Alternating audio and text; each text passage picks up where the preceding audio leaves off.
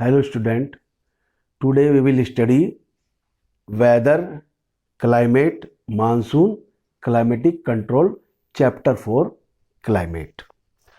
Why do we wear woolen in December? गर्म कपड़े क्यों पहनते हैं दिसंबर में? Why it is hot and uncomfortable in the month of May? मई में इतना हॉट क्यों होता है? Why it is rain in जून जुलाई में रेनफॉल क्यों होती है? इन सब क्वेश्चनों के आंसर हम कैसे मिल सकता है हमें? By studying this chapter number 4. Weather it refer to the state of the atmosphere over an area at any point of time. Weather उसको कहते हैं स्टेट ऑफ एटमॉस्फेयर, जो कंडीशन एटमॉस्फेयर की होती है किसी भी एरिया के और किसी भी पॉइंट ऑफ टाइम, उसको वेदर कहते हैं. जैसे आपने cold weather season, hot weather season, rainy weather season. तो weather is actually small area का होता है और किसी पॉइंट ऑफ टाइम होता है, और weather change time to time. Morning में अलग वेदर होता है, इवनिंग में अलग होता है, नून में अलग होता है. ये जो चेंज हो रहा है डेली या मंथली, ये इसको कहते हैं वेदर. तो weather is a changing phenomena. ये चेंज टाइम टू टाइम. अब डेली टेम्परेचर चेंज हो रहा, एटमॉस्फेरिक प्रेशर चेंज हो रहा, विंड, ह्यूमिडिटी, प्रिसिपिटेशन, ये जो चेंज हो रहा है इसको वेदर कहते हैं. और क्लाइमेट क्या है? Climate refer to the sum total of weather condition. Weather condition का जो टोटल होता है उसको आपका क्लाइमेट कहते हैं. But it is climate over A large area. Large area का, बहुत बड़े एरिया का, उसको क्लाइमेट कहते हैं. और for long period of time. Weather तो डेली का होता है और मंथली होता है, मगर ये जो होता है climate for a long period of time, more than 30 years का किसी भी एरिया का अगर हम एवरेज वेदर कंडीशन ले रहे हैं और उसको कैलकुलेट कर रहे हैं तो वो उसको क्लाइमेट कहते हैं. और इसीलिए कहते हैं वर्ल्ड को कितने क्लाइमेट में डिवाइड कर सकते हैं. मगर ये तो नहीं कभी सुना होगा आपने कि वर्ल्ड को इतने वेदर कंडीशन में डिवाइड कर सकते हैं. तो क्लाइमेट इज परमानेंट और weather is temporary, is change time to time. और both element are same. Weather से ही क्लाइमेट बना है, दोनों के एलिमेंट सेम है, मगर ये जो है ये स्टेट ऑफ द एटमॉस्फेयर, जो भी एटमॉस्फेयर की कंडीशन होती है उसको वेदर बोलते हैं. मगर क्लाइमेट क्या है? मोर देन 30 ईयर्स के ओवर ए लार्ज एरिया में जो कैलकुलेट करके हम निकालते हैं उसको क्लाइमेट कहते हैं. अब कौन कौन से फैक्टर हैं जो इसके अंदर आते हैं आपका? क्योंकि एलिमेंट ऑफ वेदर और क्लाइमेट आर सेम. जैसे टेम्परेचर से ही वेदर भी निकलता है और क्लाइमेट भी निकलता है. Atmospheric pressure, wind, humidity, precipitation, rainfall, इन सब ये दोनों फैक्टर वेदर के भी हैं और क्लाइमेट के भी हैं. मगर climate is the average of all weather element for a large area for a long period more than 30 years. उसके बाद आता है मानसून. अब the word monsoon is drive from the Arabic word. ये अरबिक वर्ड से monsoon बना है. मौसम का आपने सुना होगा नाम, मौसम. तो मौसम से मानसून बना है, और मौसम का मतलब विच मीन्स सीजन. जैसे monsoon refer to the seasonal reversal in the wind direction during a year. During a year का मतलब साल भर के अंदर आपकी विंड की डायरेक्शन जो चेंज होती है, जो सीजनल, जैसे सीजन चेंज होता है उसमें विंड की डायरेक्शन चेंज हो जाती है, उसको मानसून कहते हैं. जैसे आपको इंडिया के मैप से समझ सकते हैं, जैसे ये सी है, ये लैंड है. सी टू लैंड ये विंड की डायरेक्शन, और लैंड टू सी ये विंड की डायरेक्शन. तो सीजन चेंज हुआ, विंड की डायरेक्शन चेंज होगी. तो विंड की डायरेक्शन को चेंज होने को ही मानसून कहते हैं. और उसके बाद आता है आपका, तो climate of India is describe as the monsoon type. India का क्लाइमेट मानसून है, मानसून टाइप है. अब क्लाइमेटिक कंट्रोल, ये 6 factor, there are 6 major control of the climate of any place. किसी भी प्लेस का क्लाइमेट को ये 6 फैक्टर कंट्रोल करते हैं. कौन कौन से? लैटिट्यूड, एल्टीट्यूड को हाइट भी कहते हैं, pressure and wind, distance from the sea, ocean current, relief feature, ये सब फैक्टर जो है क्लाइमेटिक कंट्रोल कहलाते हैं. अब सबसे पहले आता है लैटिट्यूड. अब लैटिट्यूड इससे समझ सकते हैं आपको, अर्थ से. देखिए ये इक्वेटर है, ये इक्वेटर है, इक्वेटर के पैरेलल ये लैटिट्यूड है, और ये पोल है, ये पोल है। अब आपको मालूम होना चाहिए कि जैसे लैटिट्यूड इक्वेटर से पोल की तरफ जाएंगे तो टेम्परेचर डिक्रीज होगा, और इधर भी पोल की तरफ जाएंगे टेम्परेचर डिक्रीज होगा। As the latitude increase temperature decrease. ऐसा क्यों होता है? क्योंकि due to the curvature of the earth, ये अर्थ का आपने देख रहे कर्वेचर कैसा घुमावदार इसका है। The amount of the solar energy, जो भी amount of the solar energy आती है तो वो receive vary according to the latitude, latitude के हिसाब से, क्योंकि मैक्सिमम जो सोलर एनर्जी आती है वो इक्वेटर पे आती है, और यहाँ सबसे ज़्यादा हॉट होता है, और ऊपर की तरफ जाएंगे तो टेम्परेचर डिक्रीज हो जाएगा। तो as we increase from equator to the pole, और इधर भी equator to the north pole, equator to the south pole, तो टेम्परेचर डिक्रीज होता है। As the latitude increase temperature decrease. तो जनरली इक्वेटर से पोल की तरफ जब जाते हैं तो टेम्परेचर डिक्रीज होता है। अब लैटिट्यूड इफेक्ट करती है। अब कोई प्लेस यहाँ है तो उसका क्लाइमेट अलग होगा, कोई प्लेस यहाँ है तो क्लाइमेट अलग होगा, क्योंकि टेम्परेचर उसका दोनों का अलग अलग होगा। उसके बाद आता है एल्टीट्यूड। एल्टीट्यूड का मतलब हाइट, ये हाइट है, इससे समझ सकते हैं। ये प्लेन एरिया है, ये आपका प्लेन एरिया है, ये आपका हाइट है, इसको बोलते हैं altitude. As one goes from the surface of the earth to the higher altitude, जब भी कोई जाएंगे आप प्लेन एरिया से हिली एरिया में या हायर एल्टीट्यूड पे, तो एटमॉस्फेयर बिकम लेस डेंस, यहाँ एटमॉस्फेयर लेस डेंस हो जाता है और टेम्परेचर डिक्रीज हो जाता है। जैसे altitude increase, height increase, temperature decrease. तो इसीलिए वजह से the hills are cooler during summer. Summer में लोग घूमने के लिए, टहलने के लिए टूरिस्ट जाते हैं हिल एरिया पर, वहाँ का टेम्परेचर बहुत कम होता है और प्लेन एरिया का टेम्परेचर ज़्यादा होता है।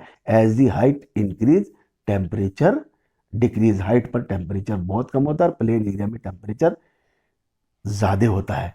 तो altitude also effect very much on the climate. उसके बाद आता है pressure and the wind, third factor.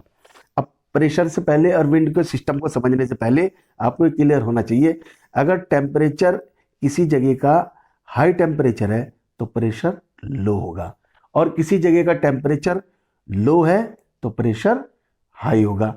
अब wind is always blow from high pressure to the low pressure. अगर टेम्परेचर हाई है, अपोजिट होता है, temperature high pressure low, temperature low pressure high. और wind is always blow from high pressure to the low pressure की तरफ blow करती है। तो the pressure and the wind system of an area depend on the latitude and altitude of the place. किसी भी जगह का प्रेशर और विंड सिस्टम उस एरिया पे डिपेंड करता है वो किस लैटिट्यूड पे है और किस एल्टीट्यूड, किस हाइट पर वो प्लेस है। उसी से डिसाइड होता है कि वहाँ का प्रेशर और विंड सिस्टम कैसा है। क्योंकि latitude increase temperature decrease, pressure increase, altitude increase temperature decrease, pressure आपका इंक्रीज। तो wind is always blow from the high pressure to the pressure. तो temperature change, pressure change, pressure change, wind system change. अब उसके बाद आता है आपका distance from the sea. तो डिस्टेंस फ्रॉम दी सी को आप ऐसे समझ सकते हैं, जैसे आपका ये दो प्लेस हैं, तो sea also influence very much on the climate. अब as the distance from the sea increase, कोई भी प्लेस की डिस्टेंस है, जैसे ये है दिल्ली है आपका और ये मुंबई है, तो इसकी डिस्टेंस जो है आपकी ज़्यादा है, ये अर्बन सी है, ये मुंबई है, ये दिल्ली है। तो as the distance from the sea increase, moderating influence decrease and people experience extreme weather condition. जैसे जैसे सी से डिस्टेंस किसी प्लेस की इंक्रीज होगी तो उसका इन्फ्लुएंस जो है सी का कम होता जाएगा। अब दिल्ली यहाँ है, मुंबई पे ज़्यादा सी का इन्फ्लुएंस है और दिल्ली पर कम है, क्योंकि Delhi far away from the sea और Mumbai is very close to the sea. और तो दिल्ली के जो पीपल होते हैं experience weather condition, extreme weather condition, यहाँ की कंडीशन जो है एक्सट्रीम वेदर कंडीशन होती है, जिसको कॉन्टिनेंटली भी कहते हैं। दिल्ली के पीपल फील जो करते हैं, एक्सपीरियंस जो करते हैं एक्सट्रीम वेदर कंडीशन, या इसको कह सकते हैं कॉन्टिनेंटली। और कॉन्टिनेंटली और एक्सट्रीम क्या होती है? वेरी हॉट ड्यूरिंग समर, जब गर्मी होती है तो बहुत हॉट होता है, और वेरी कोल्ड ड्यूरिंग विंटर, और सर्दी भी सबसे ज़्यादा पड़ती है। सर्दी, दिल्ली में सर्दी भी सबसे ज़्यादा पड़ती है और गर्मी भी ज़्यादा पड़ती है, because this Delhi is far away from the sea. और वो दूसरी साइड में आपका मुंबई है, Mumbai is very close to the sea. तो यहाँ का यहाँ की ना टू हाई, यानी कि वेरी हॉट ड्यूरिंग समर नहीं होता, और वेरी कोल्ड ड्यूरिंग विंटर नहीं होता, और ना यहाँ ज़्यादा गर्मी पड़ती ना ज़्यादा यहाँ सर्दी पड़ती, क्योंकि सबसे ज़्यादा इन्फ्लुएंस मुंबई पे पड़ता है, क्योंकि very close to the sea. और यहाँ का वेदर कंडीशन को कहेंगे इक्वेबल। इक्वेबल वेदर कंडीशन बराबर होती है। इक्वल का मतलब बराबर होती है, समर और विंटर में ज़्यादा डिफरेंस नहीं होता। और यहाँ कहते हैं एक्सट्रीम, मतलब समर और विंटर में ज़्यादा डिफरेंस होता है। उसके बाद आता है ओशन करंट। ओशन करंट मतलब flow of the water is called the ocean current. Ocean current दो तरह का होता है, एक कोल्ड ओशन करंट, एक वार्म ओशन करंट होता है। अगर ओशन करंट वाटर फ्लो करे along with the on shore wind, और विंड भी ऑन शोर का मतलब कोस्टल की तरफ विंड ऐसे फ्लो करने लग जाए, और ओशन करंट भी हो, तो climate of the coastal area will effect. ये विंड जो है और ओशन करंट क्लाइमेट जो है कोस्टल एरिया को बहुत इफेक्ट करेगी। ये कोस्टल एरिया, इसको कोस्टल एरिया बोलते हैं। यहाँ का क्लाइमेट बहुत इफेक्टेड हो जाएगा।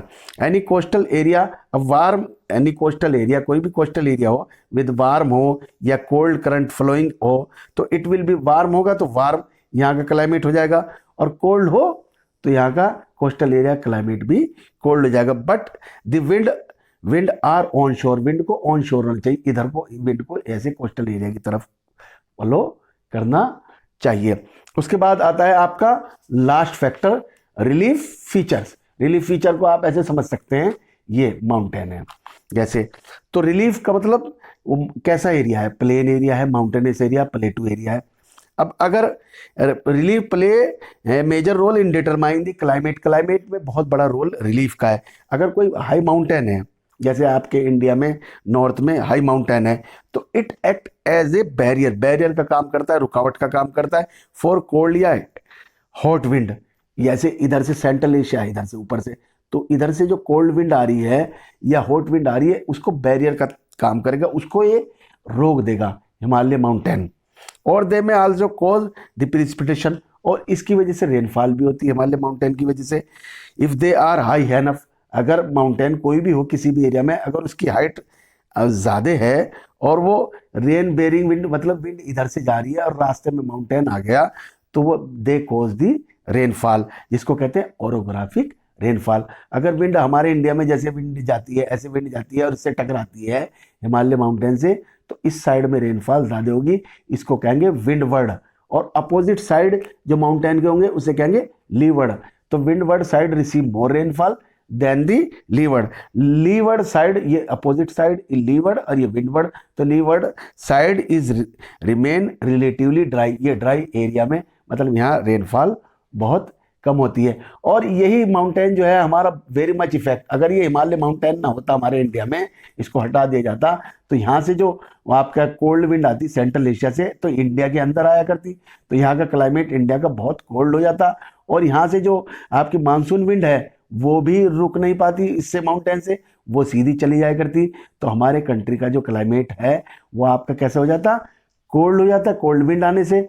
और रेनफॉल नहीं होती तो ड्राई, तो रेनफॉल नहीं होती तो ड्राई हो जाता, और कोल्ड विंड आती तो कोल्ड हो जाता। तो cold and dry climate India का हो जाता।